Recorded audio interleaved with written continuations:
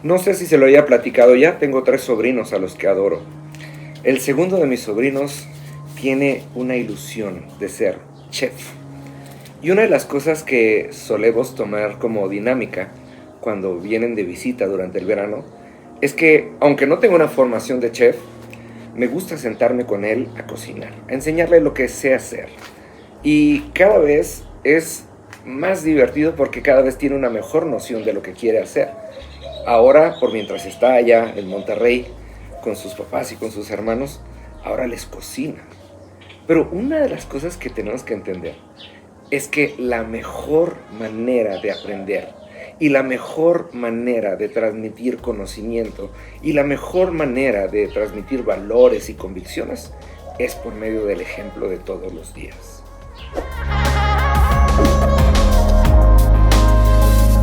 Amados, ¿cómo están? Muy buenos días. Pues sí, ciertamente tenemos que entender que la fe es algo que se transmite exactamente igual que lo que le acabo de platicar. Mire, piense esto.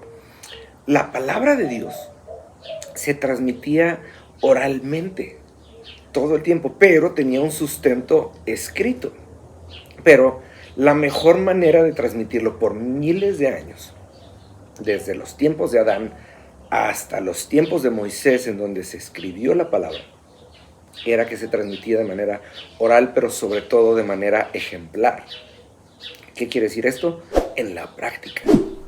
Cuando nosotros vamos al Nuevo Testamento, una de las cosas que más me emocionan, esto está escrito en la primera carta a los Corintios, en el capítulo 11, en el versículo 1, cuando Pablo les dice a sus discípulos: sean imitadores de mí como yo soy imitador de Cristo. No les está poniendo una carga pesada, no les está diciendo que sea algo difícil y complicado y religioso, no, les está diciendo: véanme, hagan lo que yo hago para que tengan lo que yo tengo, y yo les voy a dar todo lo que tengo. Mire, yo creo que si hay un ejemplo que me emociona más, es este ejemplo en el libro de los Hechos, en donde Pedro, el apóstol, va camino al templo. Él va camino a adorar. Y se encuentran con este cojo que estaba sentado afuera de la puerta de la Hermosa. Lo mencionamos en el video de la semana pasada. En donde él le pide una moneda. Y Pedro le dice: oye, ¿sabes qué? No tengo oro y no tengo plata, pero te voy a dar todo lo que tengo. Y entonces le impone manos. Y entonces fíjese nada más lo maravilloso de esto. El cojo recupera la salud en su pie y puede caminar normalmente. Esto lo pone en 2 condiciones diferentes. Número 1, lo pone en la condición de poder entrar al templo, porque había una ley que no permitía que cualquier persona con un desperfecto físico entrara a la presencia de Dios.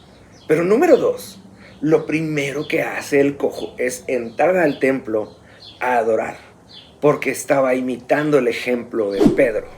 Estaba haciendo lo que Pedro hacía. Nosotros en la práctica de nuestra fe, primeramente las personas que dicen no tener mucho conocimiento de la palabra, siempre suelen mental y emocionalmente ponerse lejos de las demás personas y suelen decir: tú que estás más cerca de Dios. Y yo siempre digo: ¿por qué? ¿Qué tiene que ver eso? No tiene nada que ver.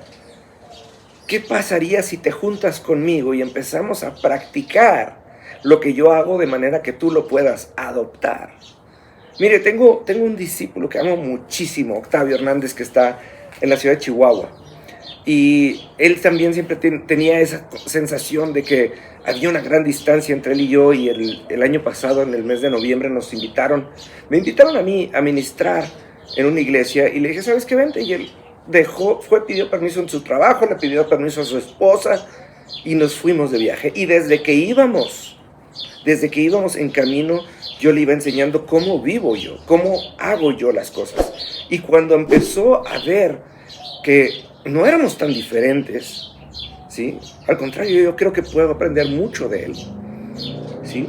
Cuando nos tocó ir a la iglesia y cuando nos tocó, yo no solamente le dije: vas a hacer esto. ¿Y sabe qué es lo interesante?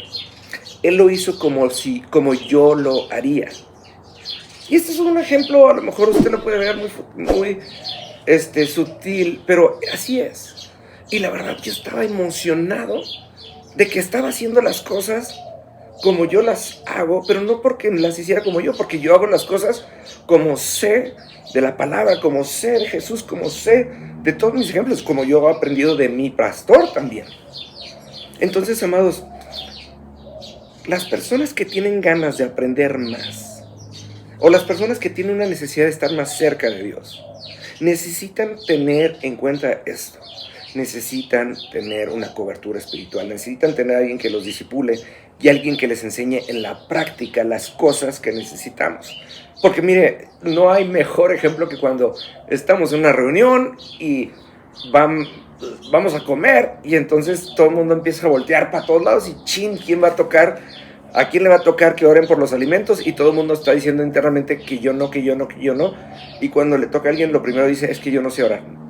¿No sabes orar? Porque no has escuchado y porque no has querido ver. Porque esto es algo que pasa todo el tiempo.